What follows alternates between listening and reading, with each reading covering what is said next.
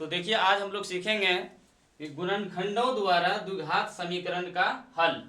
सबसे पहले हम ये जान लेते हैं कि द्विघात समीकरण कहते हैं किसको। तो वैसा समीकरण जिसका घात 2 हो, और द्विघात समीकरण का जो व्यापक रूप होता है, सामान्य रूप जो इसका होता है ax² + bx + c बराबर 0।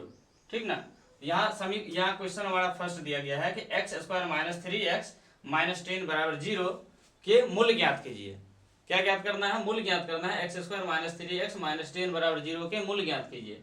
तो ये पावर 2 है तो द्विघात समीकरण है, और द्विघात समीकरण का जब हम मूल ज्ञात करेंगे, इसका मतलब अगर पावर 2 है तो मूल भी 2 आएगा, है ना। तो इस तरह का जब भी क्वेश्चन होगा हमारे पास, तो हम सबसे पहले क्या करते हैं, शुरू वाले और लास्ट वाले को क्या करते हैं, गुना करके देखते हैं कि ये कितना आता है। शुरू और लास्ट वाले का गुना करके देखते हैं ये कितना आता है। x² गुने 10 का, तो ये कितना हो जाएगा, x² और 10 का गुना करेंगे तो 10x², है ना। और इस बीच वाले को दो पार्ट में तोड़ते हैं। शुरू और लास्ट वाले को गुना करके देख लिए कितना आया, 10x², और बीच वाले को दो पार्ट में तोड़ते हैं। और ये दो पार्ट वैसा होना चाहिए, ये दो पार्ट यहाँ पे वैसा होना चाहिए कि दोनों को जोड़ने या घटाने से -3x हो जाए, और उस दोनों को गुना करने से, है ना, ये 10x² हो जाना चाहिए। तो चलिए इसी को हम दो पार्ट में तोड़ लेते हैं। इसको दो पार्ट में तोड़ते हैं, तो ये 5x और ये 2x, तो ये हो जाएगा ना 5 दूनी 10 और x², यानी यहाँ हम -3x के जगह 5x और 2x दे दे, तो दोनों को गुना करेंगे, 5x और 2x से गुना करेंगे तो कितना हो जाएगा, 10x²।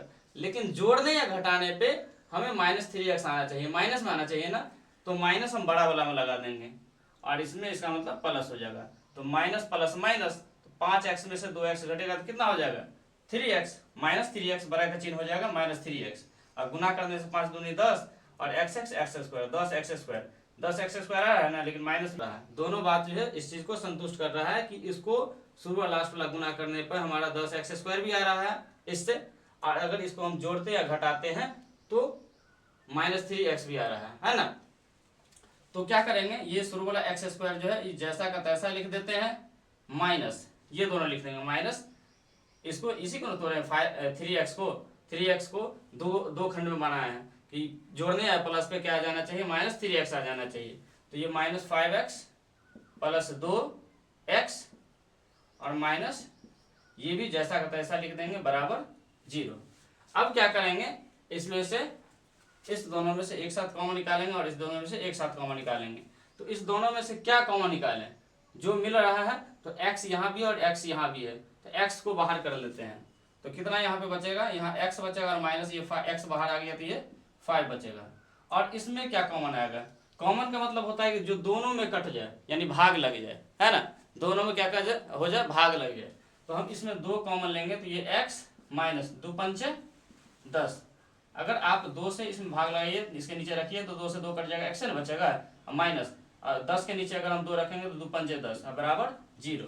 और इस ब्रैकेट में और यहाँ इस ब्रैकेट में दोनों x - 5 x - 5 आया है ना, इसका मतलब हमने जो कॉमन लिए है ये बिल्कुल सही है। तो इस दोनों के बदले हम क्या करेंगे, 1 लिखेंगे, है ना। और उसके बाद यहाँ पे क्या है, x और ये +2, इस बाहर में जो दोनों जगह, ये बाहर में जो 2 है, इस दोनों के एक जगह रख देंगे बराबर 0। अब क्या करेंगे, इस दोनों को तुलना कर देंगे 0 से, इस दोनों को तुलना कर देंगे 0 से, x - 5 बराबर 0 और ये x + 2 बराबर 0। तो ये x बराबर माइनस में है तो बराबर उधर जाके प्लस का हो जाएगा, और ये x बराबर ये +2 है तो ऊपर ही जाके माइनस हो जाएगा। तो हमारा क्या आ गया, x, अतः x बराबर 5 और -2, यही हमारा आंसर आ गया, है ना। कह रहा था ना यहाँ पे मूल ज्ञात करने के लिए, यही हमारा मूल आ गया, है ना। इसको